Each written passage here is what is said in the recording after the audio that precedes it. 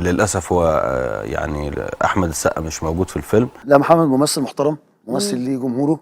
الصلح خير ومنتصالح، ولأن خيركم من يبدأ بالسلام، والسقا مفيش أجدع منه. في يوم قرر ينهي كل الخلافات مع محمد رمضان ويحتويه بصفته النجم الأكبر، وسابقه بسنين طويلة. عزمه في بيته ومدله إيده، لكن رد فعل محمد رمضان كان صادم جدا. الحكاية بدأت لما محمد رمضان بدأ يظهر على الساحة ويبقى له جمهوره، وقرر يدخل في الحتة بتاعت السقا بعد ما كان السقا بيغرد فيها منفردا. وواحدة واحدة محمد رمضان توج نفسه نمبر 1. طبعا الكلام ده ما كانش عاجب نجوم كتير وقطاع كبير من الجمهور، وخلق حالة من عدم القبول والرضا عند السقا. لكن الخلاف الحقيقي بدأ لما المخرج شريف عرفة قرر إنه يجمع أحمد السقا ومحمد رمضان في عمل واحد من خلال فيلم الكنز اللي تم إنتاجه في 2017. وشريف عرفة إدى الاتنين ورق الفيلم، ولأن الاتنين دماغهم رايحة في نفس الحتة اختاروا نفس الدور. طبعا المخرج شريف عرفة كان في ورطة حقيقية، لأن الاتنين نجوم شباك ووجودهم في الفيلم ميزة كبيرة جدا. وبدأت معركة الأحقية بين السقا ورمضان، اللي انتهت في الآخر إن السقا اعتذر عن الدور ومحمد رمضان عمله. لكن الحرب بينهم ما انتهتش، وبدأت معركة جديدة على شباك تذاكر السينما، لأن السقا دخل قصاد الكنز بفيلم هروب اضطراري، واللي أثبت من خلاله إنه لسه فارس السينما المصرية ومكانه لسه محفوظ، واكتسح الفترة دي بالإيرادات الأعلى في تاريخ السينما. واتخطى في فترة عرضه الأولى إيرادات وصلت 58 مليون جنيه، وكان منافسه أحمد عز بفيلم الخلية اللي حقق حوالي 55 مليون جنيه. وخرج محمد رمضان أصلا من المسابقة، على الرغم من أن رمضان كان مشارك في الموسم كله ب3 أفلام. في يناير قدم الفيلم الكوميدي آخر ديك في مصر وما جابش أكتر من 8 مليون، وفي عيد الفطر دخل بفيلم جواب اعتقال ويدوب جاب 15 مليون جنيه، وختم الموسم في عيد الأضحى بفيلم الكنز ووصلت الإيرادات ل 18 مليون جنيه. يعني ب3 أفلام برضو ما وصلش للمركز الثاني حتى في منافسة أحمد السقا.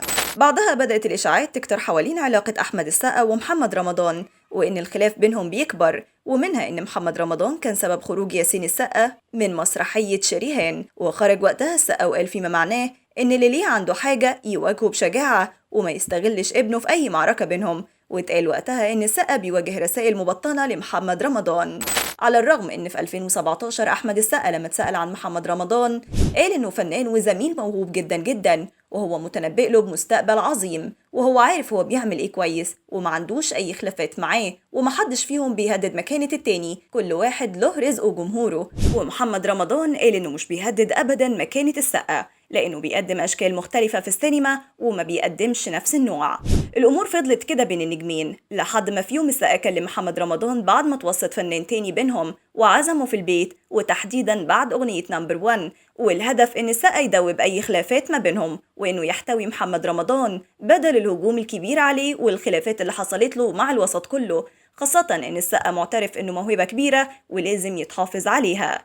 وبنزعة الأخ والنجم الكبير جابوا السقا واتكلموا واتفقوا إنهم يشتغلوا مع بعض ويخرجوا حاجة حلوة للجمهور تليق بموهبتهم ونجوميتهم هما الاتنين، وخلاص صافي يا لبن حليب يا قشطة. وبعدها بفترة كانوا موجودين في حفلة فيها نجوم مصر كلها، واتصور السقا ورمضان مع بعض أكتر من صورة، والناس كلها كانت مبسوطة لحد ما جت اللحظة اللي هينفذ فيها الاتنين وعدهم وهيعملوا حاجة مع بعض، وكانت مسلسل نسل الأغراب اللي اتفقوا إنهم يعملوه مع بعض، لحد ما محمد رمضان فرض إن اسمه يتحط قبل السقا على التتر، وده طبعا اللي كان مفروض وعمل مشكلة كبيرة. وهنا قرر محمد رمضان ينسحب، وقال محمد سامي مخرج المسلسل إن كل الكلام اللي اتقال ده غلط، وكان في 1000 طريقة تخلي النجمين راضيين من ناحية التتر، لكن المشكلة كانت في حاجات تانية، ولقيت إن الموضوع مش هينفع يتعامل بالتعاون بين السقا ومحمد رمضان، فقررت إني ألتزم بالتعاون مع السقا، مع العلم إن محمد رمضان لم يتخلى عن مسلسل نسل الأغراب، لكنه تخلى عن فكرة إنه يعمل مسلسل من بطولة نجمين.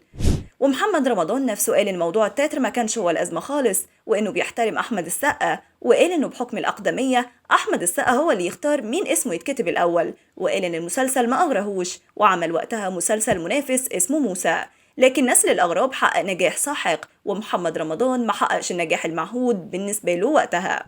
وعلى الرغم من إن محمد رمضان حريص كل سنة إنه يقدم فيلم أو أغنية أو مسلسل، وفي المقابل السقا ظهوره عزيز شوية، إلا إن المقارنة بينهم ما بتنتهيش، واخرها كان في رمضان 2023 اللي اكتسح فيه محمد رمضان الكل بالاعلى مشاهده بمسلسل جعفر العمده، الا ان ظهور السقا كضيف الكبير قوي حقق مشاهده عاليه جدا، وكمان وجوده في برنامج رامز نيفر اند حقق مشاهدات واهتمام من الجمهور اكتر من حلقه محمد رمضان، واللي الناس بدات تسال مين فيهم كان الاعلى اجرا. غير ان السقا كان بينافس بمسلسل حرب لكن اتعرض في اخر 10 ايام من الشهر الكريم فما حققش المشاهده المطلوبه ولا اخذ اهتمام كامل. والمفروض اننا على موعد مع منافسه جديده بين النجمين في عيد الاضحى، واللي هيدخلها احمد السقا بفيلم السرب ومحمد رمضان بفيلم عزيرو. والجدير بالذكر ان محمد رمضان كان نافس في عيد الفطر بفيلم هارلي واللي حقق ايرادات معقوله وصلت ل 35 مليون جنيه من وقت عرضه. تفتكروا بقى مين اللي هيكسب المنافسه في عيد الاضحى، الفارس ولا نمبر 1؟